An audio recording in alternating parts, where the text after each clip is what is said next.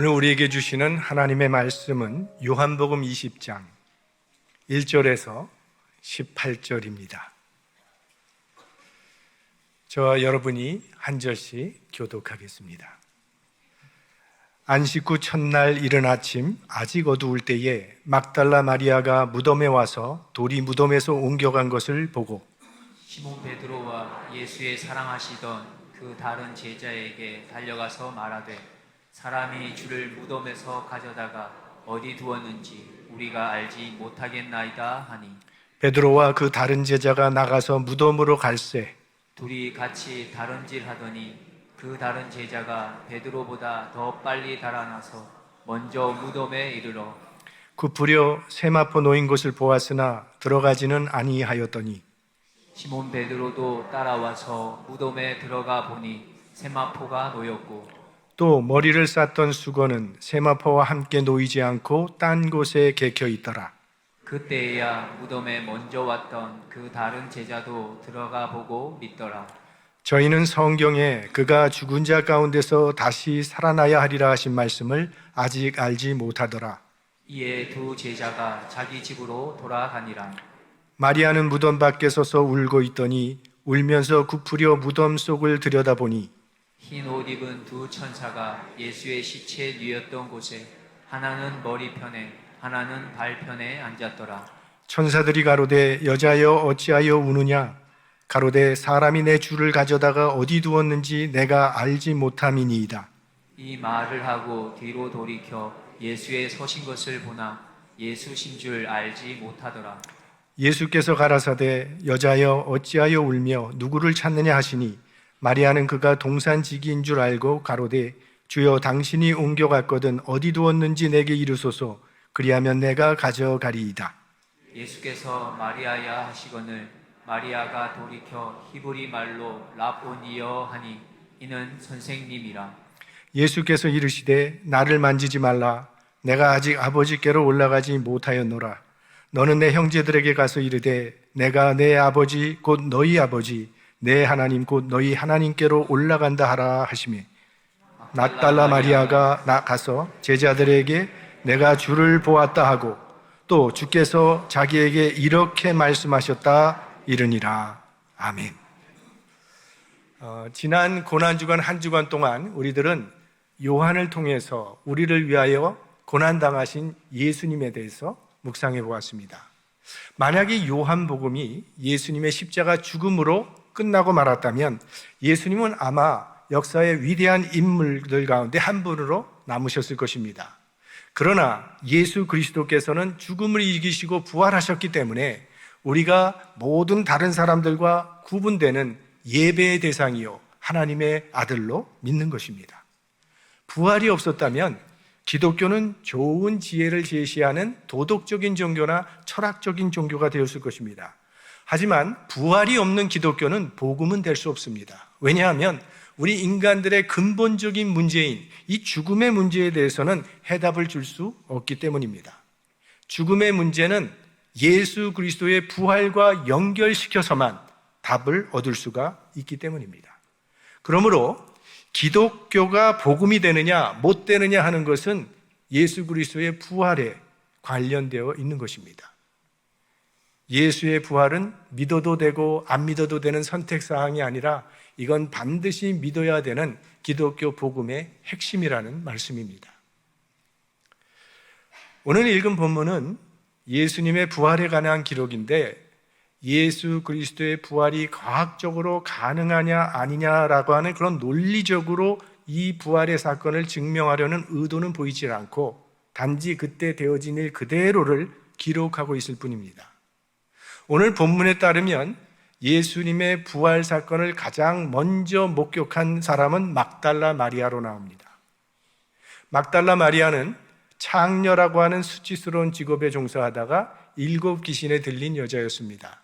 그런데 예수님을 만나면서 큰 은혜를 받게 되어서 몸이 건강해졌고 처음으로 예수님으로 인해서 인간다운 사랑을 체험한 사람이 막달라 마리아입니다. 그로 인해 막달라 마리아는 새로운 인생을 살아가게 됩니다.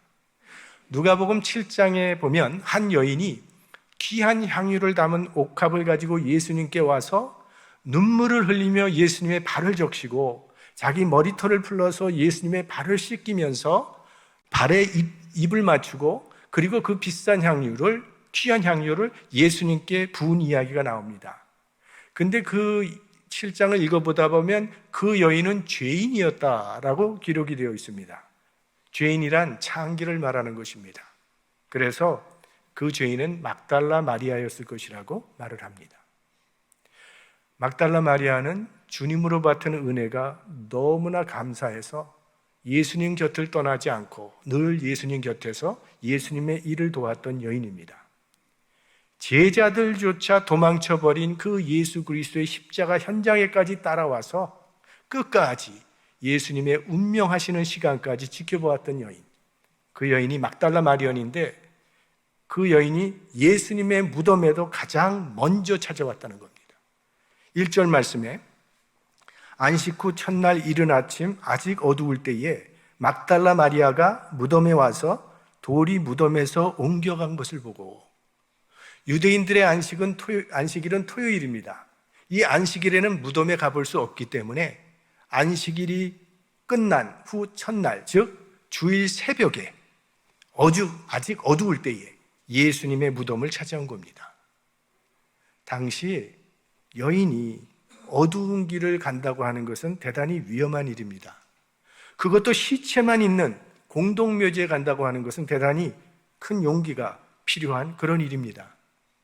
사실 좀 날이 밝기를 기다렸다가 예수님의 제자들과 함께 갈 수도 있었을 텐데 마리아는 어떻게 하든지 빨리 예수님 계신 곳에 가야 한다는 생각 하나만 있었을 뿐입니다. 그래서 안식일이 끝나기만을 기다리고 있다가 끝나기가 무섭게 길을 재촉했던 것입니다.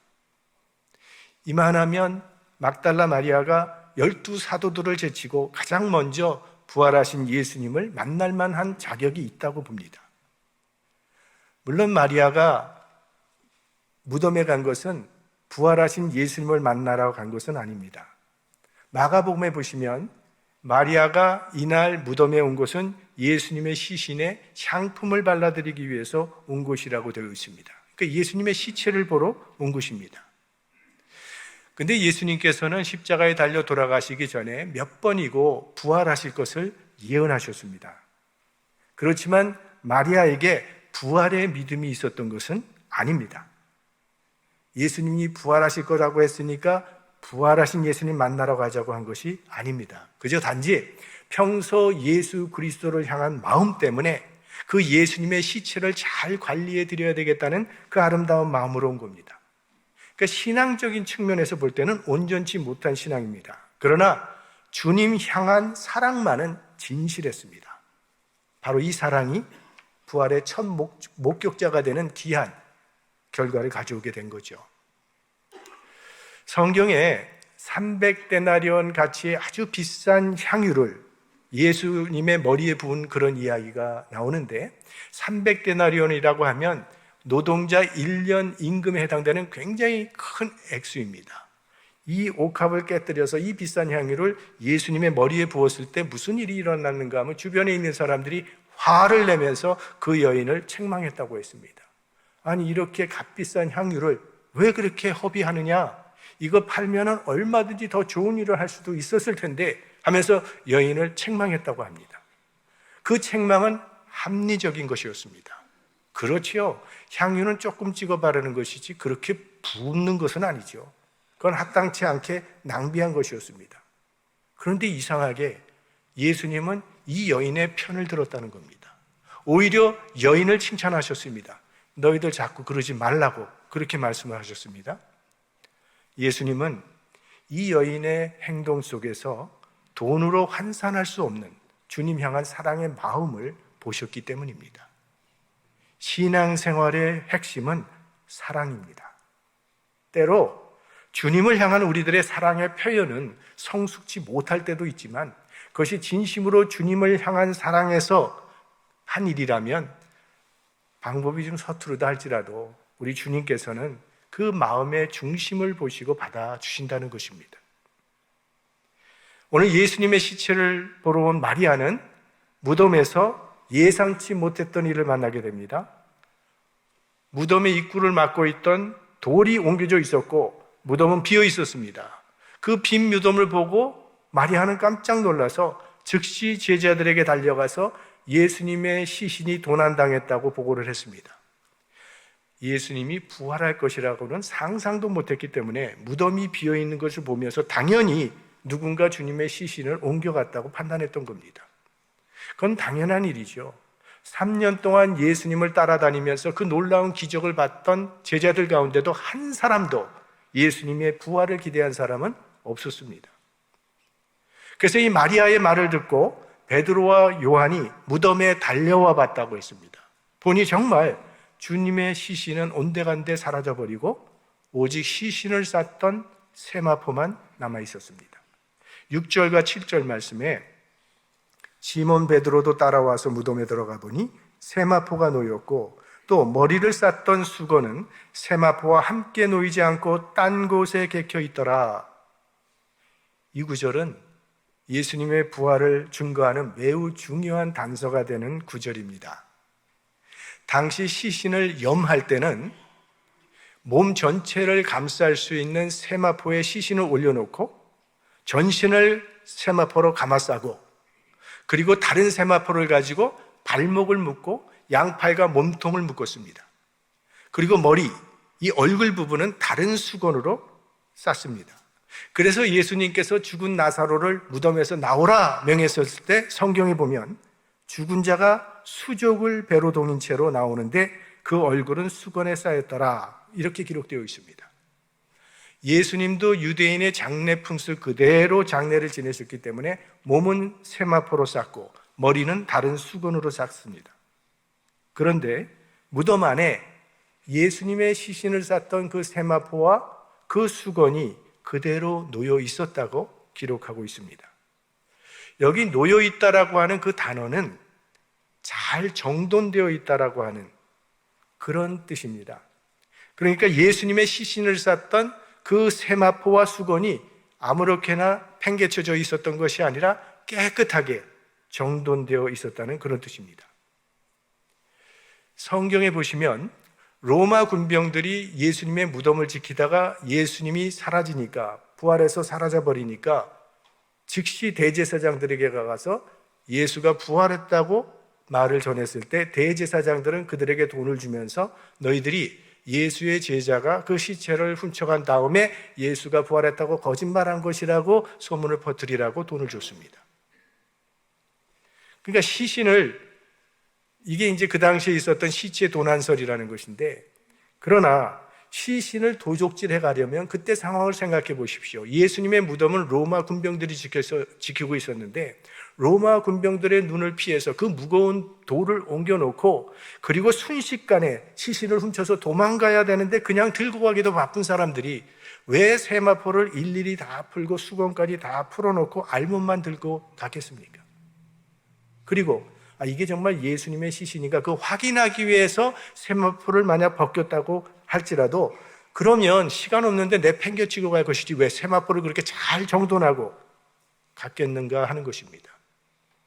그러니까 이 빈 무덤에 놓여 있는 세마포가 예수님의 시체를 도적질해 간 것이 아니라고 하는 증거가 된다는 것입니다. 이 구절을 아주 자세하게 연구해 본 신학자들은 이런 결론을 내렸습니다. 쌌던 대로 놓여 있더라는 이 말은 예수님의 시체를 쌌던 원형 그대로 놓여 있었다는 의미라는 것입니다. 여러분이 부활을 상상해 보시면 예수 그리스도의 제자들이 무서워서 문을 꼭꼭 닫고 방에 모여 있을 때 예수님께서 호련히 벽을 통과해서 나타나셨습니다. 부활하신 주님은 시공을 초월하시는 그런 분으로 나타납니다. 그렇다면 무덤에서 예수님께서 부활하셨다면 그 세마포를 그대로 통과하셨을 겁니다. 그러니까 그 세마포는 흐트러지지 아니하고 그대로 원형 그대로 되어 있었고 예수님의 얼굴을 쌌던 수건은 그 세마포와 함께 있지 않고 머리 부분은 이쪽에 있으니까 따로 놓여 있었다는 그런 이야기입니다. 1997년에 이태리의 토리노 성당에서 화재가 났습니다. 그때 이게 세계인의 관심을 끌었어요. 왜냐하면 그 성당 안에는 예수님의 수의, 즉 예수님의 몸을 쌌다고 하는 세마포가 거기에 보관되어 있었기 때문입니다. 그래서 화재가 나자 급히 소방대원이 출동을 해서 그 화염에 쌓여있는 성당 안을 목숨을 걸고 뛰어들어가서 그 방탄유리를 도끼로 부수고 거기서 세마포를 보관하고 있는 성궤를 안고 나오는 장면이 온 세상에 공개되었습니다.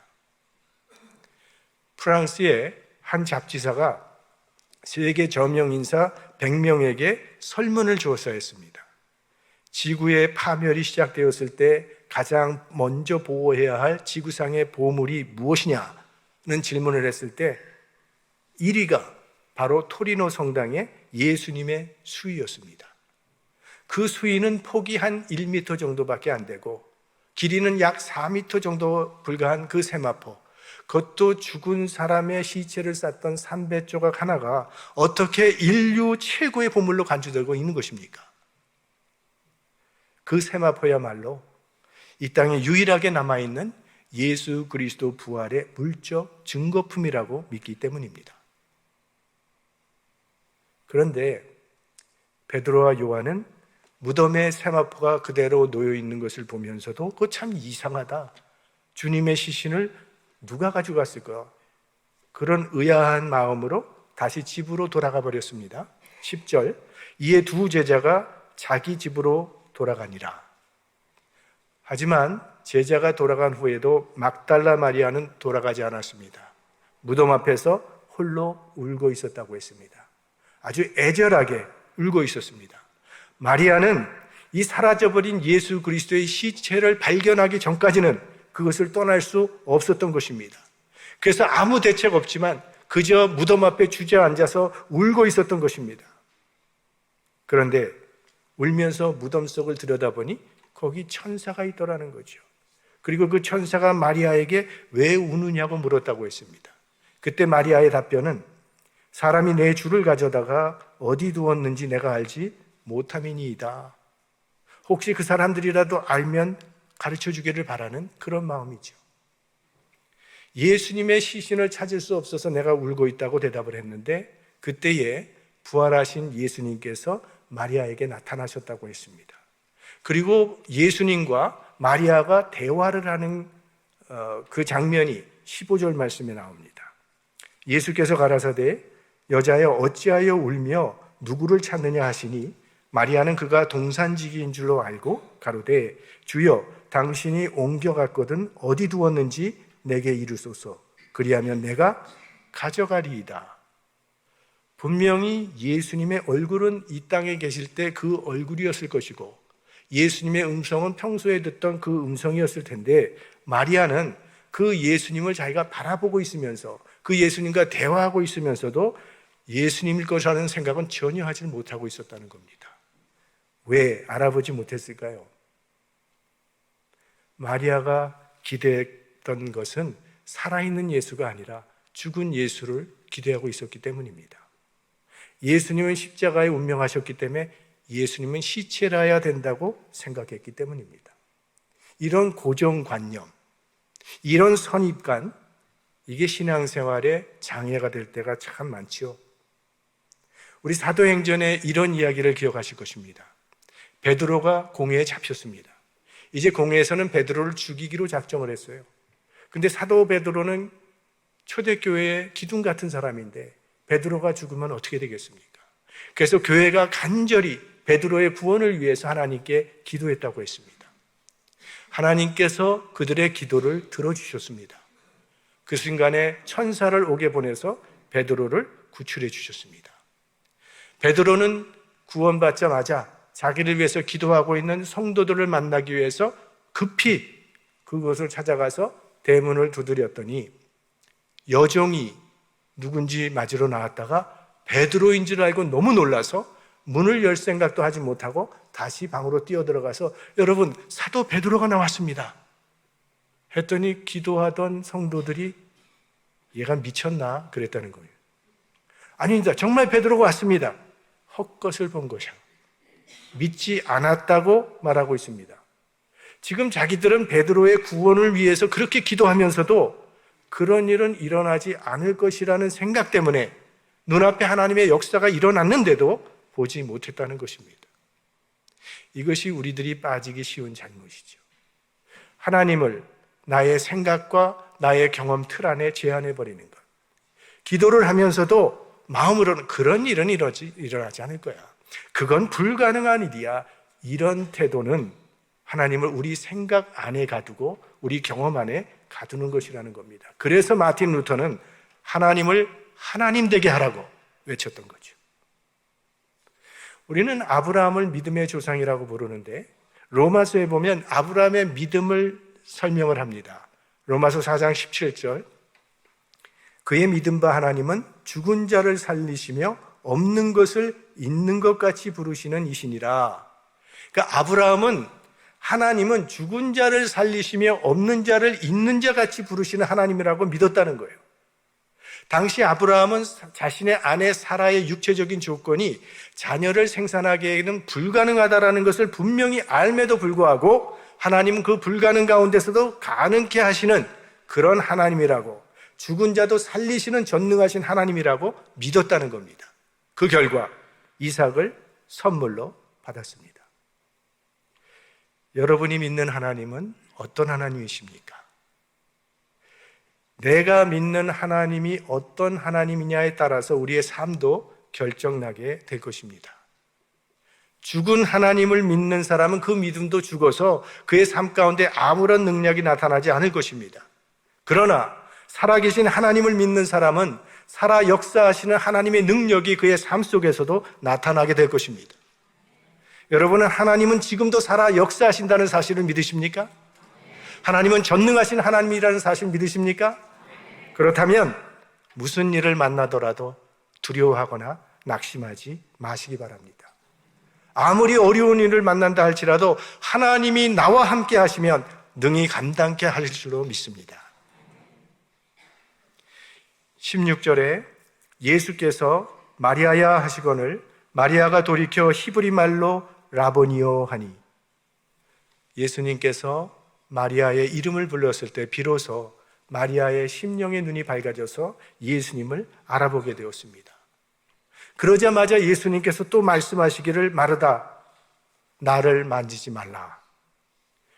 예수님이 이렇게 말씀하신 것을 보면 지금 막달라 마리아가 너무 기뻐서 예수님을 끌어안으려 했던 것 같습니다.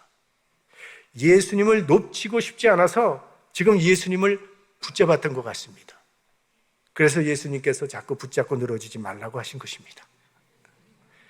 마리아는 예수님과 함께 있으려 했지만, 그리고 예수님을 떠나고 싶지 않았지만, 그러나 예수님께서는 여기 머물러 있을 것이 아니라 속히 가서 이 사실을 전하라며 마리아를 보내십니다. 17절, 너는 내 형제들에게 가서 이르되, 가서 전하라고 말씀하십니다.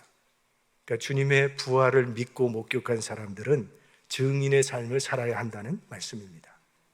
예수님의 품 안에만 있으려고 해서는 안 된다는 것이죠.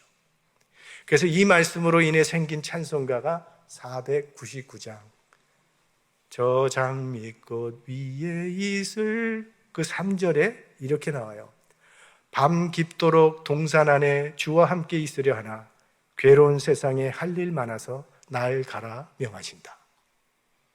우리 믿는 사람들이 주일이면 이렇게 교회에 모여서 함께 예배하며 하나님을 찬양하고 하나님의 말씀을 듣고 기도하는 이 모든 것 얼마나 귀하고 기쁘고 필요한 일입니까? 그런데 여기서 만족해서는 안 된다는 것입니다. 이제 우리는 예수 그리스도의 부활의 증인으로서 예수를 모르는 사람들에게 나아가서 찾아가서 예수 그리스도의 부활의 증인의 삶을 살아가야 한다는 그런 뜻입니다. 자, 주님의 말씀이 떨어지자마자 마리아는 즉시 제자들에게 달려가서 전했습니다. 막달라 마리아가 가서 제자들에게 내가 주를 보았다 하고 또 주께서 자기에게 이렇게 말씀하셨다 이르니라. 오늘 본문 말씀을 보면 이 막달라 마리아는 매우 단순한 여인임을 알 수 있습니다. 예수님의 시신이 보이지 않으니까 즉시 제자들에게 달려가서 예수님의 시신이 없어졌다고 같이 찾자고 그들을 끌고 옵니다. 제자들도 찾지 못하고 집으로 돌아가니까 속이 상해서 대책은 없지만 무조건 무덤 앞에 주저앉아 울고 있습니다. 그러다가 주님께서 부활하신 주님이 그 앞에 나타나니까 너무 기뻐서 예수님께 착 달라붙습니다. 주님이 만지지 말라 하니까 또 만지지 않습니다. 주께서 가라 하시니 즉시 갑니다. 전하라 그대로 전합니다. 대체로 이렇게 단순한 사람들은 말을 해도 직선적으로 하지 그걸 꾸미거나 상대방의 기분을 가면서 기분을 맞춰서 그렇게 이야기하는 그런 스타일이 아닙니다. 그저 자신이 보고 느끼고 본 그대로 꾸밈없이 말할 뿐입니다. 막달라 마리아는 외쳤습니다. 내가 주를 보았다. 다른 사람이 믿거나 말거나 상관없다는 겁니다. 사실을 사실대로 말할 뿐입니다. 그래서 이 말에는 힘이 있는 것입니다. 예수 그리스도의 증인이 된다고 하는 것은 내가 만난 예수님, 내가 보고 들은 사실을 그대로 말하는 것뿐입니다. 그걸 뭐 아름답게 꾸미거나 할 필요도 없다는 거예요. 내가 만난 예수님을 그대로 전하기만 하면 그것이 증인의 능력으로, 힘으로 전달되게 되어 있습니다. 막달라 마리아는 그날 한 번 주님의 부활을 전한 것으로 멈추지 않았을 것입니다. 이후로 막달라 마리아는 평생 예수 그리스도의 부활을 만나는 사람들마다 증거하는 증인의 삶을 살았을 것입니다. 그리고 이것이 오늘 부활하신 주님께서 우리에게 명하시는 사명입니다. 하나님께서 구원받은 성도들을 바로 천국에 데려가지 않는 이유는 내가 있는 그곳에서 부활의 증인이 되어서 예수 그리스도의 복음으로 생명을 구원하는 삶을 살아가라는 하나님의 뜻이라는 것입니다. 사도 바울 선생께서 데살로니가전서 2장 19절에서 20절에 이렇게 자기의 신앙을 고백합니다. 우리의 소망이나 기쁨이나 자랑의 면류관이 무엇이냐? 그의 강림하실 때 우리 주 예수 앞에 너희가 아니냐? 너희는 우리의 영광이요 기쁨이니라. 바울은 주님 앞에 서는 그날 자랑할 수 있는 것은 오직 자신이 주님 앞으로 인도한 사람들, 그리스도 안에서 생명을 얻게 한 사람들 뿐이라고 고백하고 있는 것입니다. 그것이 하나님의 아들을 십자가에 내어주신 하나님을 진정 기쁘게 해드리는 삶이며 그것이 내 인생이 진정 가치 있고 보람 있는 인생이 되는 것이라는 것을 고백하고 있는 것입니다. 여러분은 하나님 앞에 자랑할 사람들이 얼마나 되십니까? 지금부터라도 하나님 앞에서 자랑할 거리를 만들어야 할 것입니다.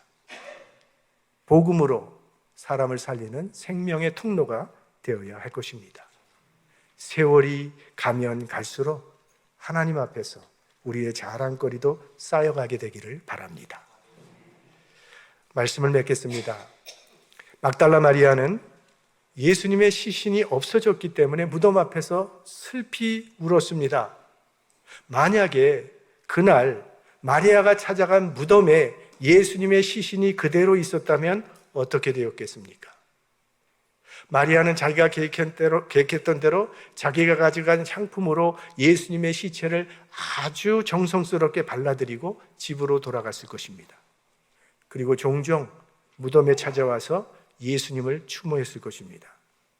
그러나 부활의 종교인 기독교는 존재하지 않았을 것이며 인류의 소망도 영원히 사라지고 말았을 것입니다. 우리는 그저 죽을 수밖에 없는 인생을 슬피 울면서 생을 마감하고 말 것입니다. 렌스키라고 하는 신학자는 이런 말을 했습니다. 막달라 마리아는 예수님의 시신이 없어진 까닭에 울었으나 만약 그날 예수님의 시신이 무덤 속에 있었더라면 그녀와 우리는 영원히 울게 되었을 것이다. 그날 주님의 시신이 그곳에 없었기 때문에 주님은 오늘도 우리 곁에서 우리를 도우시고 우리를 진리의 길로 인도해 주고 계신 것입니다. 막달라 마리아는 죽은 자를 찾으러 갔다가 영원한 부활의 생명을 발견한 것입니다. 이것은 모든 그리스도인의 이야기입니다. 그리스도인의 이야기는 죽음으로 끝나는 것이 아니라 죽음 뒤에 이야기가 있습니다. 죽음 뒤에 부활의 이야기, 더 길고 영원한 이야기가 우리를 기다리고 있다는 것입니다. 언젠가 우리들은 모두 죽을 것입니다. 그러나 우리 모두 예수 그리스도 안에서 영원히 살게 될 것입니다. 예수 그리스도께서 사망 권세를 이기시고 부활하셨기 때문입니다. 믿으시면 아멘 하시기를 축원합니다.